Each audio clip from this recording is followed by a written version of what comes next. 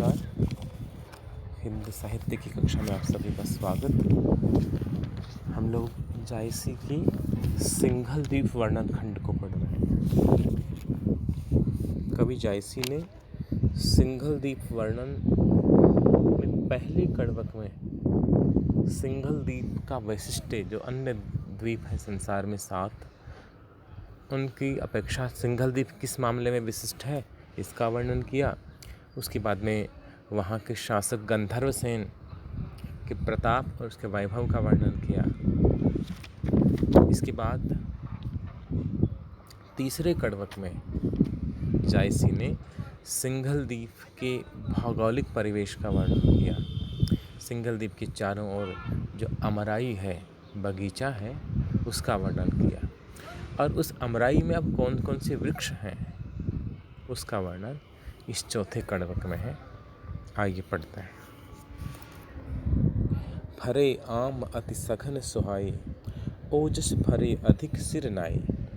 कटहर डार पींड सन पाके, बड़हर सो अनूप अति ताके। खिरनि पाक खांड अस मीठी, जामुन पाक भंवर अति दीठी।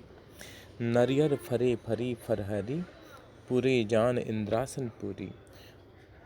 पुन महुआ चुआ अधिक मिठासु, मधु जस मीठ पुहप जस वासु। और खजहजा अनबन नाऊ, देखा सब राउन अमराऊ। लाग सबे जस अमृत शाखा, रहे लोभाई सोई जो चाखा। लवंग सुपारी जायफल, सब फर फरे अपूर। आस पास घने इमली, जो घन तार खजूर। फरे आम अति सघन सुहाई। जायसी कहते हैं फरे फलित हो रहे, फल लगे हुए, किन पे? आम, आम। अमराई में जो आम के पेड़ हैं, सिंघल द्वीप के चारों ओर जो बगीचा है, उस बगीचे में, उद्यान में जो आम के वृक्ष हैं वे फलों से लदे हुए। फरे आम अति सघन सुहाए, सघन घने, सुहाए सुशोभित हो रहे।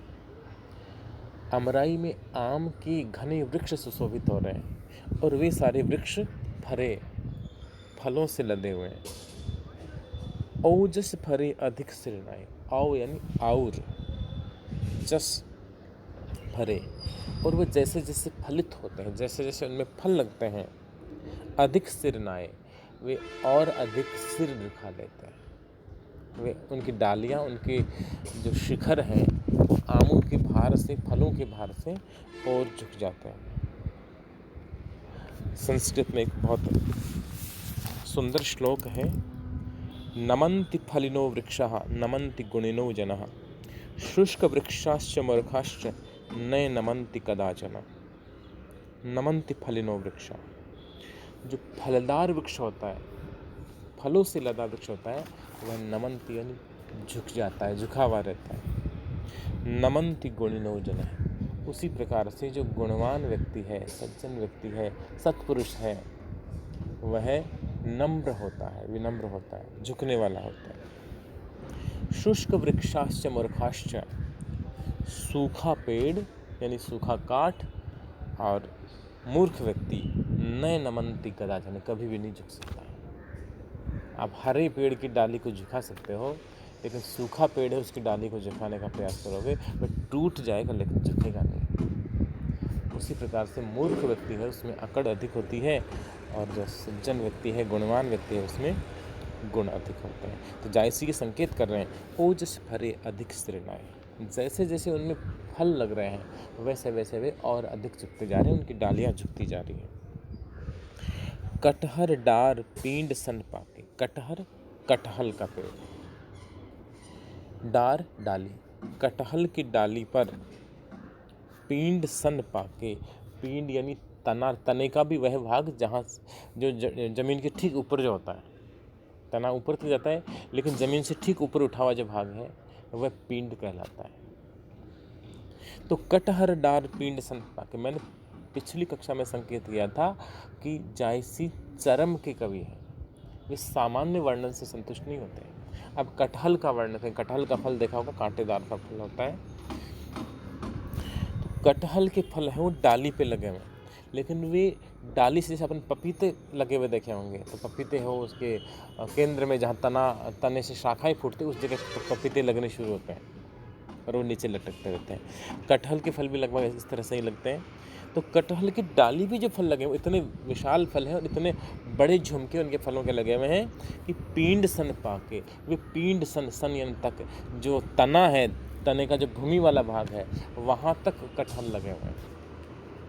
तने का जहाँ अंत होता है, डालियाँ शुरू से वहाँ से फल लगने शुरू हुए, और जहाँ तने का अंत होता है, जड़ शुरू होते, वहाँ तक फल ही फल हैं वो लगे हुए हैं। और वो फल कैसे हैं? पके हुए फल हैं। कटहल डाल पिंड सन पाके, कटहल के डालियों पे, जो डालियों से लेकर के और पिंड तक, तने तक फल हैं वे लगे हुए हैं, और वो सब पके हुए फल हैं, पक्व फल हैं। बड़हर सो अनूप अति ताके, और जो बड़हल के फल हैं वे भी अनूप हैं, अनुपम, अति ताके, अत्यंत अनुपम बड़े बड़े फल इस पर लगे हुए हैं। खिरनी पाक खांड अस मीठी, खिरनी भी एक पेड़ है। खिरनी पाक, खिरनी भी पक गई है, और वे ऐसी खांड अस मीठी, वह खांड जैसी, शक्कर जैसी मीठी है, शक्कर की तरह मधुर है, मिठास से भरी है। जामुन पाक भंवर अति तीठी, और जामुन के जहाँ पेड़ है वहाँ जामुन पके हुए हैं, जामुन के फल पक रखे हैं। और पके हुए जामुन का आपने देखा होगा कैसा लगता है, काले रंग का फल होता है। जामुन पाक भंवर अति तीठी, तो ऐसा पके हुए जामुन ऐसे लगते हैं कि डालियों पर बहुत सारे भंवरे दिखाई दे रहे हैं। भंवर अति तीठी, जैसे भंवरे दिखलाई पड़ रहे हैं, भंवरे बैठे हुए हैं। नरियर फरी फर है रे, नरियर नारियल, नारियल के वृक्ष हैं, उनमें नारियल लगे हुए हैं। नरियर फरी फर है रे, और जो नारियल के वृक्ष हैं वे पूर्णतः फलित हैं, इतने अधिक फल लगे हुए हैं। फरी फरहरी, ये जो फलोद्यान है, फलों का बगीचा है, वो इस तरह से फला हुआ है, इस प्रकार से फलों से लदा हुआ है। पूरी जान इंद्रासन पूरी, वे सारे पेड़ इस प्रकार से फलों से भरे पूरे हैं कि जान इंद्रासन पूरी, मानो ये स्वर्ग का उद्यान हो। इंद्रासन, जहाँ इंद्र का आसन है स्वर्ग में, उसकी पूरी इंद्र, जहाँ इंद्र का आसन है वो नगरी, यानी स्वर्गपुरी अमरावती। अमरावती का जो नंदनवन है, देवताओं का नंदनवन जो बगीचा है, ऐसा लगता है कि वह बगीचा ही गंधर्व सेन के उद्यान के रूप में। और आगे कवि लिखता है, ये पुण्य महु, पुण्य गलत मुद्रित है, पुण्य महुआ चो अधिक मिठासु, मधु जस मीठ पुष्प जस बासु। पुण्य नहीं, पुण्य है, पुण्य महुआ चू अधिक मिठासु, और महुआ का जो वृक्ष है उससे महुआ टपक रहा है, चूना टपकना। पुण्य महुआ चो अधिक मिठासु, फिर जो महुए के वृक्ष है उनसे महुए टपक रहे हैं, और वे अधिक मिठासु, और वो बहुत मीठा है, अधिक मिठासु, बड़े मीठे हैं। मधु जस मीठ, स्वाद में जो महुआ है मधु जस मीठ, मधु के समान मीठा, मधु शहद, दूसरा अर्थ शराब भी होता है। मधु जस मीठू, और पुष्प जस बासु, और पुष्पों के समान उसमें खुशबू भी आ रही, फूलों की जो सुहावनी खुशबू भी आ रही है, और शहद जैसा मिठास भी आ रहा है। और खजहजा अनबन नाऊ, खजहजा यानी मेवे, खाद्यान्न, खाने योग्य जो फल हैं, और भी विभिन्न प्रकार के फल हैं।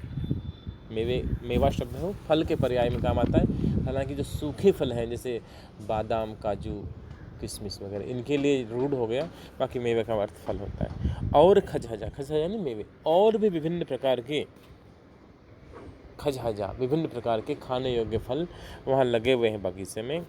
अनबन नाम, उनकी अनगणित नाम हैं, ऐसे इस तरह के अलग अलग नाम वाले, जिनको कवि कहता है कि मैं उनसे परिचित नहीं हूँ, इस तरह के फल भी वहाँ लगे हुए हैं। देखा सब रावण अमराऊ, और वह सब रावण अमराऊ, रावण की दो था, रावण राव से, राव यानी राजा, रावण अमराऊ, राजा के अमराई में बहुत सारे वृक्ष लगे हुए हैं, वो जो फल आदि लगे हुए हैं। दूसरा रावण का अर्थ है रावण रमणीय, उस रमणीय अमराई में, उस सुंदर बगीचे में विभिन्न प्रकार के जो फल हैं वो लगे हुए हैं।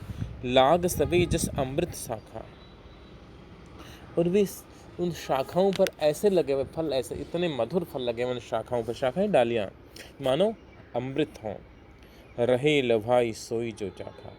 और एक बार यदि कोई उनके फलों को चख ले, कोई एक बार किसी को ये फल सुलभ हो जाए, मिल जाए खाने के लिए, यदि कोई चखने के लिए मिल जाए, तो रहे लो भाई, तो वह उन फलों पर लुब्ध हो जाता, मुग्ध हो जाता है।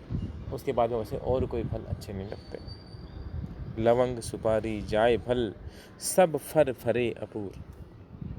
लवंग लौंग, सुपारी, जायफल, सब फल, सब प्रकार के जो फल हैं वो फरे अनूप, सब प्रकार के अनुपम अनुपम अनूठे फरे फलित हैं, फल लगे हुए हैं। सब जो वृक्ष हैं उनमें अनुपम फल लगे हुए हैं। आस पास घन इमली, और आस पास इमली के घने वृक्ष हैं। और जो धन, ये जो धन नहीं जो घन है, घन तार खजूर, और इमली के बाद में आसपास में ताड़ और खजूर के वृक्ष हैं, वो भी जो भी घने हैं, काफ़ी सघन वृक्ष हैं। राजा के उद्यान की विशेषताओं का वर्णन किया है। अलंकारिकता की बात करें तो अनुप्रास्थ स्थानांतर है, चौपाई और दोहा शैली है।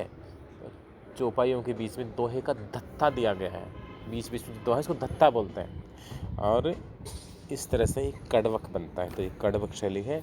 और अवधी भाषा की जो अवधी का ठेठ साहित्यिक सौंदर्य है वह जायसी की कविता में है। तुलसी जिस प्रकार की तत्सम प्रधान अवधी भाषा आगे चलकर लिखते हैं, जायसी से करीब 35 वर्ष बाद में, जायसी में वो तत्सम भाषा नहीं है, जायसी की भाषा तो जन भाषा है, ठेठ अवधी भाषा।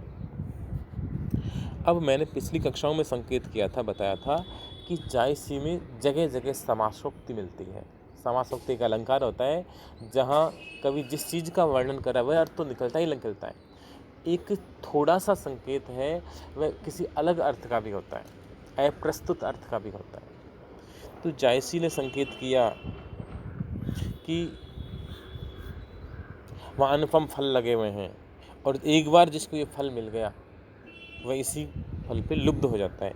रहे लो भाई सोई जो चाखा, ये अमृत के समान फल जिसने एक बार चख लिया, अमर फल चख लिया, वह उसी का होकर रह गया, उसी पर लुब्ध हो जाएगा, मुग्ध हो जाएगा, और फल उसके लिए व्यर्थ हो जाएगा। यहाँ संकेत है कि जिसने ईश्वर की भक्ति रूपी फल चख लिया, जिसने ब्रह्म की प्राप्ति रूपी फल चख लिया, जिसने खुदा को पा लिया, जिसने परमात्मा को पा लिया, तो बाद में वह सांसारिक फलों में नहीं, और उसके सांसारिक फलों के लोभ में नहीं फंसेगा।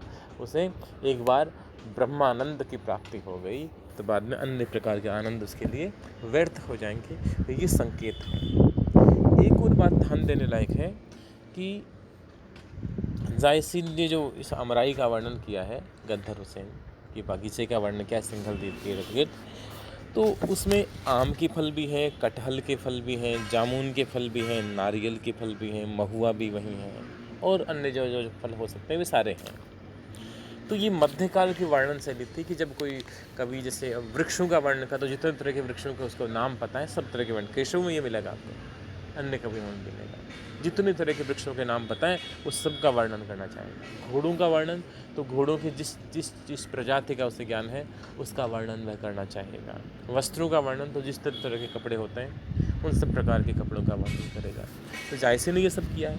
लेकिन इससे क्या हुआ, इससे जायसी ने जो अपना भौगोलिक ज्ञान है इसका ध्यान नहीं रखा। कि हम जानते हैं जामुन का पेड़ और नारियल का पेड़ एक ज़मीन पे नहीं होता। जहाँ नारियल के पेड़ होते हैं वो समुद्र तटीय प्रदेश होता है, और जामुन और ये जो अन्य पेड़ आम वगैरह हैं ये उन तटीय प्रदेशों में नहीं होते, ये तो अलग तरह के मैदानी भाग का पेड़ है ये। लेकिन जायसी ने दोनों का एक साथ वर्णन किया। लेकिन कोई बात नहीं, इस तरह के वर्णन कालिदास जैसे बड़े कवि ने किए हैं, तुलसी जैसे से वैसी इस तरह की चूक हुई, तो जायसी भी इसके लिए क्षम्य है। धन्यवाद। शेष हम अगली क्लास जब होगी उसमें